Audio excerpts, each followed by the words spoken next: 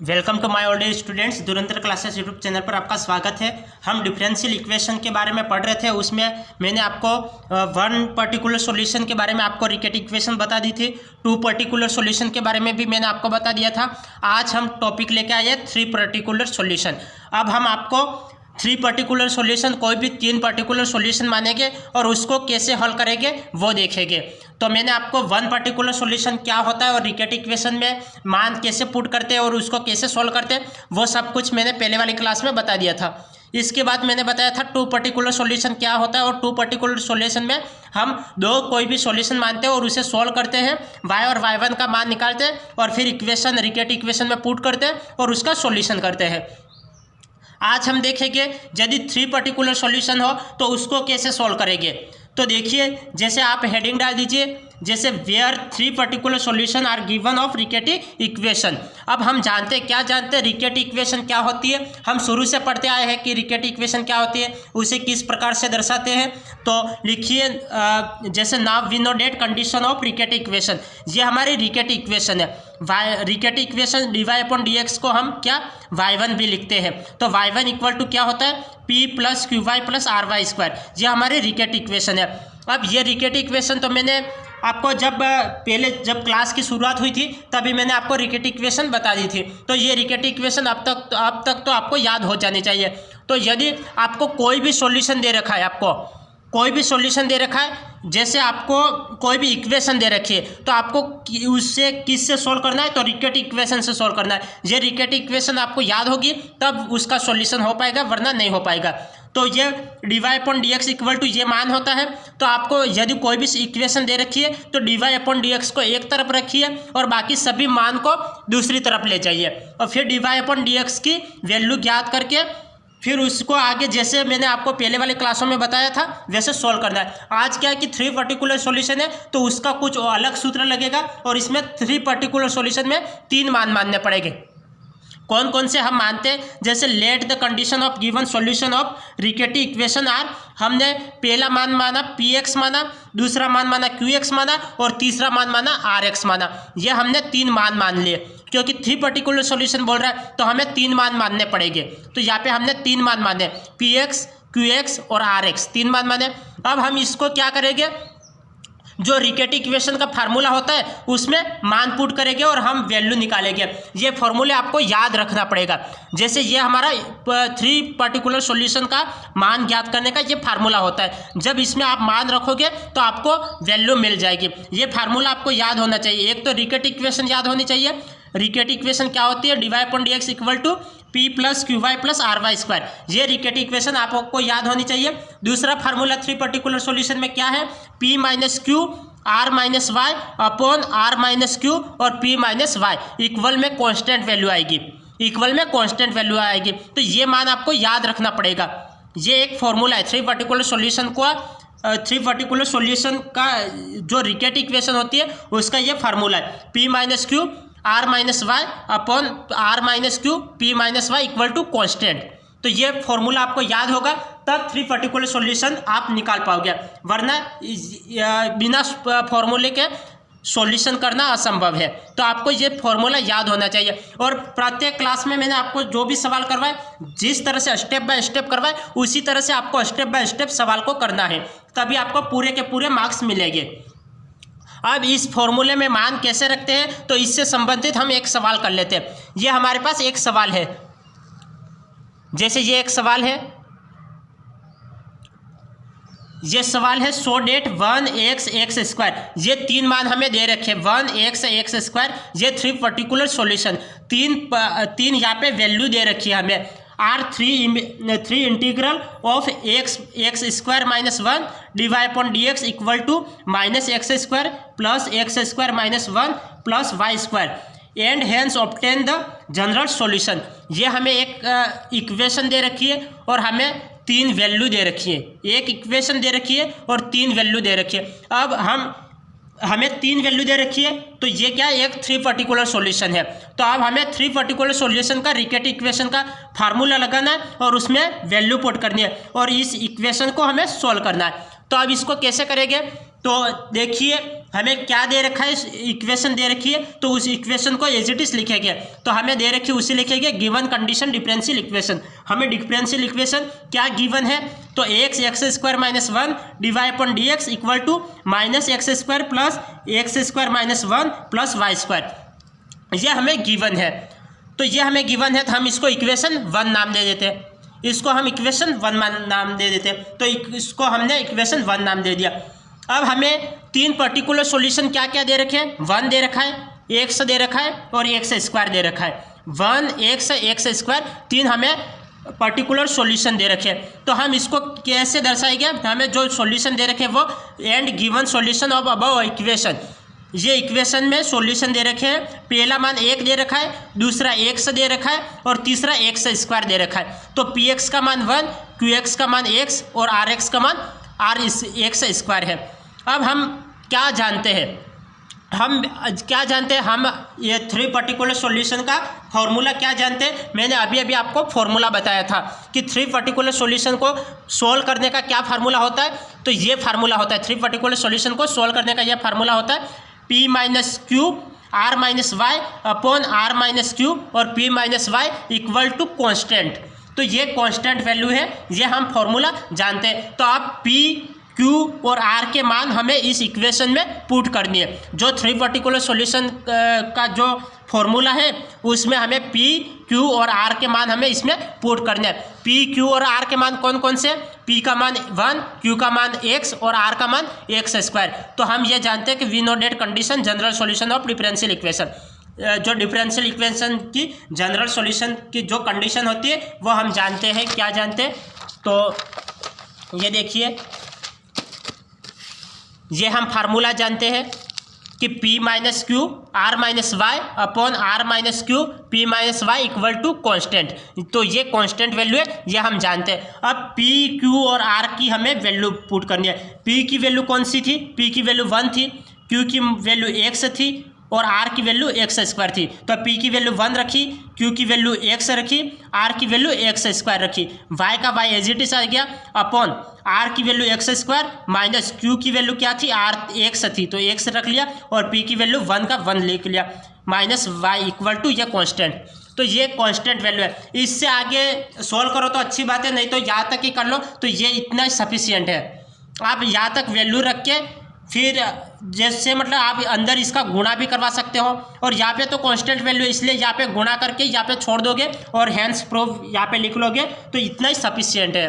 तो 3 particular solution में इतना करना ही आपके लिए सफिशियंट हो जाएगा।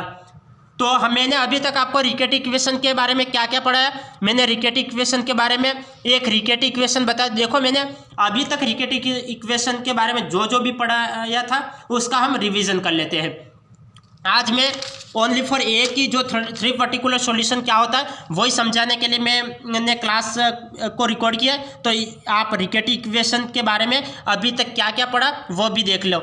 जैसे रिकेट इक्वेशन के बारे में मैंने इक्वेशन बताई थी y1 equal to dy upon dx equal to p plus Q Y plus R Y square. देखो एक बात और ध्यान रखने की बात है कि आप किताबें जैसे नेट जीआरएफ वगैरह आपको फाइट करनी है तो आप किताबें खरीदिए।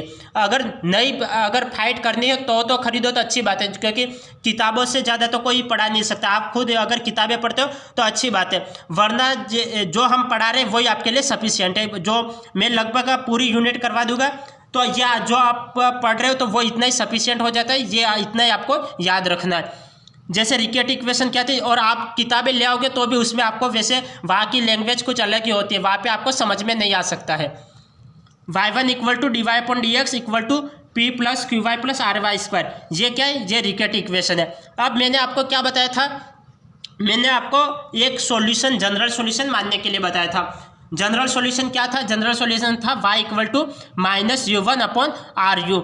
यहाँ से हम जनरल सॉल्यूशन ये मानते थे y equal to minus u1 upon r u, ये मानते थे। फिर हम क्या करते थे, ये तो y की वैल्यू निकल गई, अब हम y1 की वैल्यू ज्ञात करते थे, इसका डिफ्रेंशिएशन कर लेते थे तो y1 की वैल्यू निकल जाती थी। फिर y1 से हम क्या करते थे, u और u1 के मान निकालते थे। पहले हम u का मान निकालते थे, फिर u1 का मान निकालते थे, u का हम डिफ्रेंशिएशन कर लेते थे, u1 का मान निकल जाता था, और फाइनली हमें du अपॉन dx की वैल्यू हमें मिल जाती थी। फिर हम क्या करते थे, D you upon D x की वैल्यू, फिर हम क्या है जैसे पर्टिकुलर इंटीग्रेशन और जो सी एफ निकालते थे वो सभी निकालते थे। तो ये इसमें तो हम क्या करते थे, जो फर्स्ट पर्टिकुलर सॉल्यूशन था, जो रिकेट इक्वेशन थे उससे सॉल्व करने के लिए पहले रिकेट इक्वेशन लिखते थे, फिर जनरल सॉल्यूशन मानते थे, y और y1 का मान निकालते थे, u और u1 का मान निकालते थे। तो ये हम रिकेट इक्वेशन को जनरल सॉल्यूशन सॉल्व करने के लिए हम इतना करते थे। फिर वन पर्टिकुलर सॉल्यूशन में हम क्या कर रहे थे, वन पर्टिकुलर सॉल्यूशन में y equal to p x मानते थे।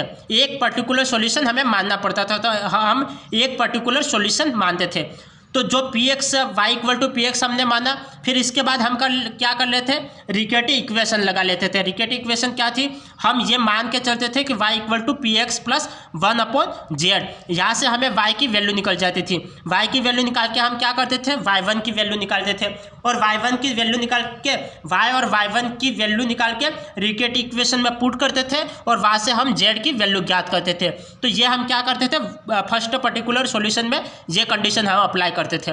अब सेकंड पर्टिकुलर सॉल्यूशन में हम क्या करते थे, सेकंड पर्टिकुलर सॉल्यूशन में मतलब दो particular solution, two particular solution में हम दो मान मानते थे। पहला तो y equal to p x मानते थे और दूसरा y equal to q x मानते थे।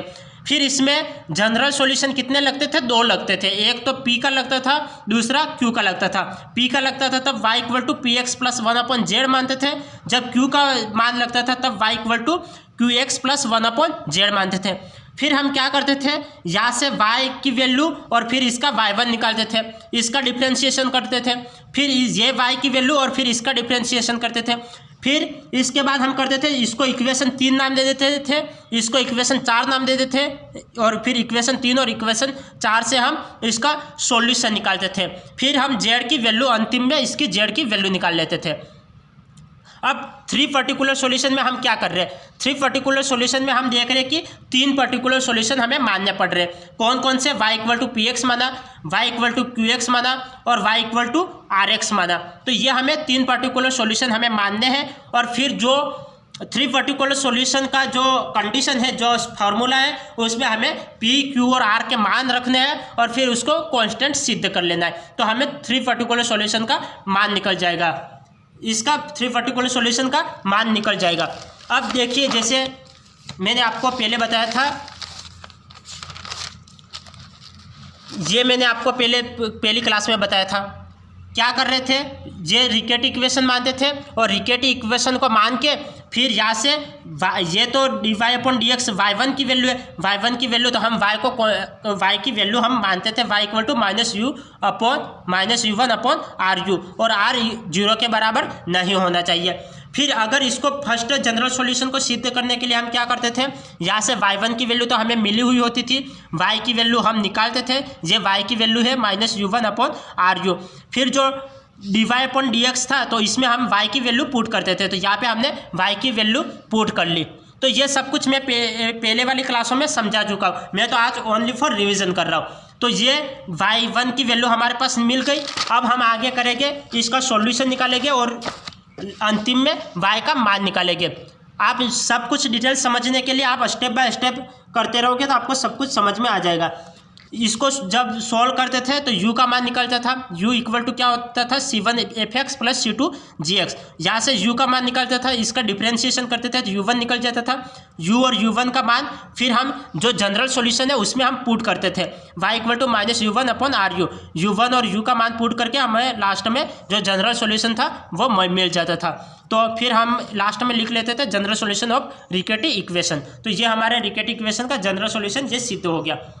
अब इसके बाद हमने देखा था, इससे संबंधित सवाल देख लिए थे, इससे संबंधित किस प्रकार के सवाल आते हैं। ये एक तरफ ये हमें कोई भी इक्वेशन दे रखी है तो हम इसे क्या करते थे, ये y1 का मतलब dy अपॉन dx होता है, तो y1 की जगह dy अपॉन dx लिख लिया, और जो है एज इट इज तो उसको एज इट इज लिख लो, और जो रिकेट इक्वेशन है उसके फिर कंपेयर करवा लो।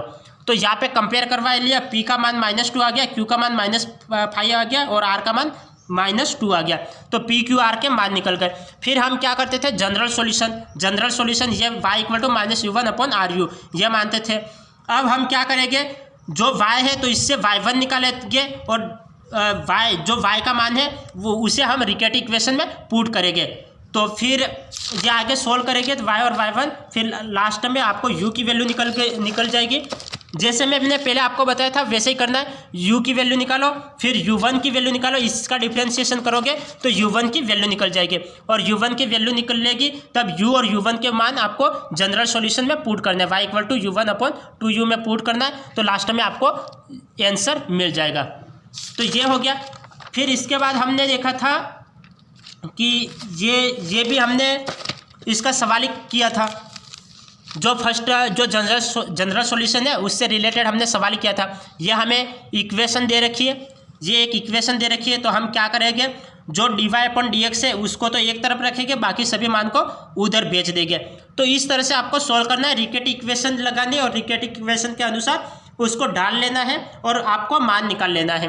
dy/dx जो रिकेट इक्वेशन होती है ये होती है, तो ये हमें इक्वेशन दे रखी है, तो dy/dx को एक तरफ रखेंगे, बाकी सबको हम उधर भेज लेंगे। तो यहाँ पे हमने क्या किया, dy/dx की वैल्यू निकाल ली, और ये x² यहाँ पे था तो x² यहाँ पे भाग में भेज दिया। फिर हम क्या करेंगे, रिकेट इक्वेशन से कंपेयर करेंगे। जब कंपेयर करवाओगे तो p का मान, q का मान और r का मान निकल जाएगा, तो हमारे पास p, q और r के मान निकल गए। फिर हम क्या, जनरल सॉल्यूशन जो जानते हैं उस जनरल सॉल्यूशन को अप्लाई करेंगे। जनरल सॉल्यूशन क्या होता है, y इक्वल टू -u1/ru ये होता है। तो इसमें हम वैल्यू रखेंगे, जो r की वैल्यू वो रखेंगे, तो u1/u आ जाएगा। अब हम क्या करेंगे, जो लास्ट में हम करेंगे, इसको आगे सोल्व करते रहेंगे, तो हमारे पास लास्ट में ये सिद्ध हो जाएगा कि ये इसका मान होता है। बस बाकी तो जैसे स्टेप बाय स्टेप करना है, आपको CF निकालना है, PI निकालना है, और फिर अंतिम में उसको डिफरेंशियल इक्वेशन में पुट करना है, और U और U1 की वैल्यू ज्ञात करनी है। जिस तरह से हम स्टेप बाय स्टेप ज्ञात करते आ रहे हैं, वैसे जनरल सॉल्यूशन निकालना है, U और U1 की वैल्यू निकालनी है, CF और PI निकालना है, और U और U1 की वैल्यू निकाल के आपको जो जनरल सॉल्यूशन है उसमें U1 और U की वैल्यू पुट करनी है। तो जनरल सॉल्यूशन है उसमें U1 और U की वैल्यू पुट करनी है, और लास्ट में उसको कंडीशन सिद्ध प्रूव कर लेना है। तो यहाँ पे हमें U की वैल्यू निकल गई, जो CF और PI से U की वैल्यू निकल गई, तो उसका डिफ्रेंशिएशन करोगे तो U1 की वैल्यू निकलेगी, और जो जनरल सॉल्यूशन है उसमें U1 और U की वैल्यू रख लेनी है, और उसको जनरल सॉल्यूशन प्रूव कर लेना है। तो अंत में आपको Y की वैल्यू निकल जाएगी। अब इसके बाद हमने 2 पर्टिकुलर सॉल्यूशन देखा था, 3 पर्टिकुलर सॉल्यूशन तो मैंने आपको आज ही बताया, तो उसका हम रिवीजन नहीं करेंगे। 2 पर्टिकुलर सॉल्यूशन देख लो। जब हमें 2 पर्टिकुलर सॉल्यूशन दे रखे हैं, y का मान दे रखा है और y1 का मान दे रखा है, तब हम इसको कैसे करेंगे, जो y की वैल्यू है तो उसका हम जनरल सॉल्यूशन क्या जानते हैं, y equal to px + 1/z ये जानते हैं। दूसरा जनरल सॉल्यूशन है, पहला तो हमने एज इट इज लिखा, दूसरे को 1 नाम दे दो, तो उसको हमने 1 नाम दे दिया, तो इसका z1/z²। जो y की वैल्यू है तो ये हमें y जो इक्वेशन फर्स्ट और इक्वेशन सेकंड, ये इक्वेशन रिकेट इक्वेशन, तो इसको हमने इक्वेशन फर्स्ट मान दिया था। अब हमें 2 पर्टिकुलर सॉल्यूशन देख रहे हैं, तो 2 पर्टिकुलर सॉल्यूशन का जनरल सॉल्यूशन लिखना पड़ेगा, तो ये हमने जनरल सॉल्यूशन निकाल लिया। अब जनरल सॉल्यूशन को हम क्या करेंगे, इसको इक्वेशन जो 1 है तो उसमें मान पुट करेंगे। तो हमें जो ये रिकेट इक्वेशन है उसमें मान पुट करना है, y का मान पुट करना है और y1 का मान पुट करना है। जब इसको हम सॉल्व करेंगे तो ये पूरी तरीके से मैंने आपको पूरा समझा रखा है, आप पहले वाली क्लासों को देख लें, तो ये मैंने पूरा समझा रखा है, तो आप इसको समझ लेना। अब इसको y और y1 की वैल्यू हमें इक्वेशन में पुट करनी है। फिर यहाँ से आपका क्या है, जो इंटीग्रेशन, जो आपको यहाँ से क्या मिलेगा, लास्ट में z की वैल्यू मिल जाएगी, z की वैल्यू आपको मिल जाएगी, और फिर इसको आपको जनरल सॉल्यूशन में मान रखना है, तो आपको y की वैल्यू मिलेगी, y equal to px + 1/z, ये आपको general solution of Riccati equation मिल जाएगी। अब इससे संबंधित एक सवाल देख लेते हैं। जैसे ये सवाल देखो, ये हमें सवाल दे रखा है, ये भी 1 पर्टिकुलर सॉल्यूशन का ही सवाल है। तो ये सवाल करवाया था dy/dx। मैंने आपको क्या बताया कि अगर कोई भी इक्वेशन दे रखी हो तो आपको dy/dx को एक तरफ रखना है, बाकी सभी मान को दूसरी तरफ ले जाना है। तो ये हमने मान रख लिया, तो ये जो इक्वेशन दे रखी थी तो ये इक्वेशन हमने एज इट इज रख ली। अब हमें एक मान दे रखा है 1 + 10x दे रखा है, तो y की वैल्यू हमने 1 + 10x मान ली। अब y की वैल्यू हमें दे रखी है, तो इससे इसका डिफरेंशिएशन करो तो y1 की वैल्यू निकल जाएगी। तो y से y1 की वैल्यू निकाल ली। अब y और y1 की वैल्यू आपको इक्वेशन में पुट करनी है, जो रिकेट इक्वेशन होती है उसमें आपको पुट करनी है। तो रिकेट इक्वेशन क्या होती है, 1 प्लस जो px का मान हमें क्या दे रखा है, y = px होता है, px का मान 1 + 10x दे रखा है, तो 1 + 10x लगा लिया और 1/z। तो यहाँ से हमें y की वैल्यू निकली, इसका डिफरेंशिएशन करो तो y1 की वैल्यू निकलेगी। y और y1 की वैल्यू आपको इक्वेशन में पुट करनी है। कौन सी इक्वेशन, जो इक्वेशन हमें दे रखी है, तो इस इक्वेशन में हमें वैल्यू पुट करनी है। फिर हम इसको आगे सोल्व करेंगे तो आपको क्या मिलेगी, z की वैल्यू निकल जाएगी। यहाँ से आपकी z की वैल्यू निकल जाएगी, तो z की वैल्यू आपको अंतिम में ये वैल्यू आपको प्राप्त हो जाएगी। अब ये सब कुछ तो आपको समझ में आ गया। ये 2 पर्टिकुलर सॉल्यूशन अब देख लेते हैं। ये सब कुछ तो मैं करवा चुका हूँ। अब 2 पर्टिकुलर सॉल्यूशन में क्या होता है कि ये dy/dx हमें ये दे रखा है, एक मान px माना है, दूसरा मान इसका डिफरेंशिएशन एक मान px माना और दूसरा मान qx माना। अब ये हमने किया था, पहला मान px और दूसरा मान qx। फिर हम क्या करेंगे, इसका y1 निकालेंगे और इसका y1 निकालेंगे। फिर इक्वेशन 1 और इक्वेशन 2 से हम क्या करेंगे, जो हम जानते हैं, क्या जानते हैं, जो हम रिकेट इक्वेशन जानते हैं। रिकेट इक्वेशन क्या होती है, dy/dx = p + qy + ry²। तो ये रिकेट इक्वेशन dy/dx ये किसके बराबर, p1 के बराबर। p1 की वैल्यू निकल गई, dy/dx ये q1 के बराबर है, ये q1 है, ये q1 है, तो ये p1, अच्छा ये तो y1 आएगा, ये y1 का y1 आएगा और ये q1, तो ये p1 और q1 की वैल्यू हमारे पास निकल गई। फिर हम क्या करेंगे, p1 और q1 की वैल्यू हमारे पास निकल गई। अब हम इसको आगे सोल्व करेंगे तो आपको ये वैल्यू लास्ट में, ये सब कुछ तो आप देख लेना, जैसे मैंने स्टेप बाय स्टेप सब कुछ करवा रखा है। लास्ट में आपको इंटीग्रेशन, ये dy/dx की वैल्यू लास्ट में आपको ये इक्वेशन में, देखो कुछ फॉर्मूले भी मैंने लिखवाए थे, उस फॉर्मूले को भी आपको याद रखना है। और लास्ट में आपको y की वैल्यू मिलेगी और जो t का, फिर लास्ट t की वैल्यू निकल जाएगी। आपको t मानना पड़ेगा, जैसे y - p को मैंने t माना, फिर इसको सोल्व किया, तो इसको सोल्व करना है, फिर इसको सोल्व करोगे, लास्ट में इंटीग्रेशन कर लोगे और इसको सिद्ध कर लोगे। और इसमें जो कुछ बीच बीच में इंपॉर्टेंट फार्मूले भी आए थे, उस फार्मूले को भी मैंने कई मेंशन भी किया, तो आप उन फार्मूलों को याद कर लेना।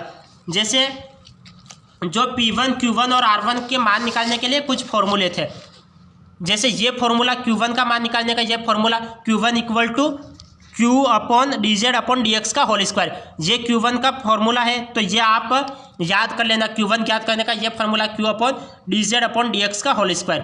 तो ये 2 पर्टिकुलर सॉल्यूशन में कई फॉर्मूले भी लग रहे थे, तो मैंने अलग से ब्लैक पेन से इसको हेडलाइट करने का प्रयास किया है। तो ये देख लेना, q1 = q/dz/dx का होल स्क्वायर, तो ये होता है।